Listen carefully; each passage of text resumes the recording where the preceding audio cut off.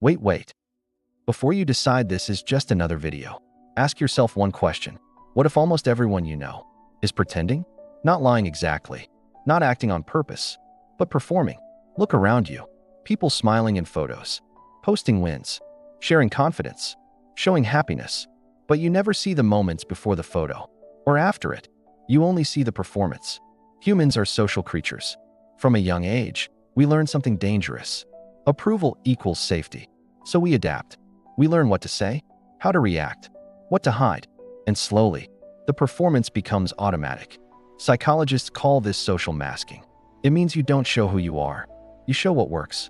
At work, you act confident, even when you're lost. With friends, you act happy, even when you're exhausted. Online, you act successful, even when you're scared. Not because you're fake, but because being real feels risky. Here's the uncomfortable truth. Most people aren't trying to be impressive. They're trying not to be rejected. Think about confidence.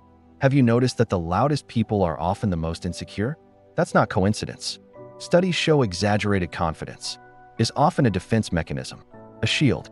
If you convince others you're strong, they won't see where you're weak. Now think about happiness. People say, "I'm doing great." But depression doesn't always look like sadness. Sometimes it looks like productivity, like jokes, like constant activity. Smiling can be camouflage, and social media made this worse. Not because people lie more, but because comparison never stops. You don't compare your life to one person.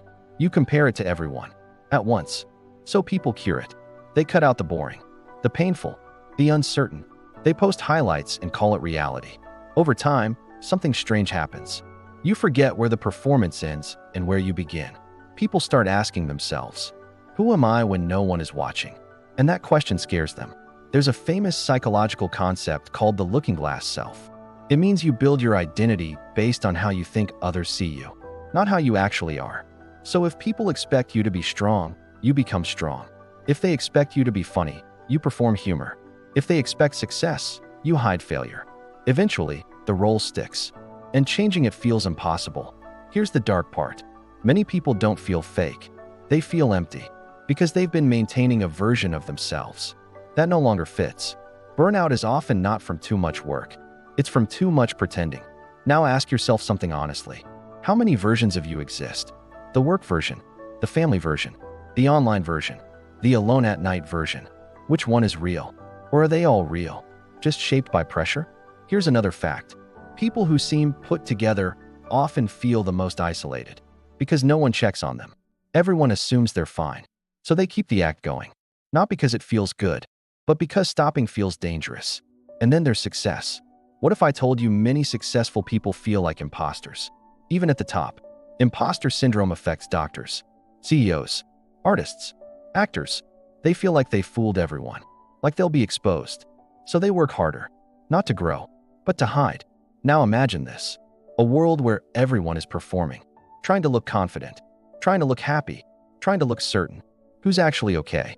The scariest part? You might be doing it too, smiling automatically, saying I'm fine, avoiding silence, because silence might force honesty. But here's the twist. Pretending is not weakness.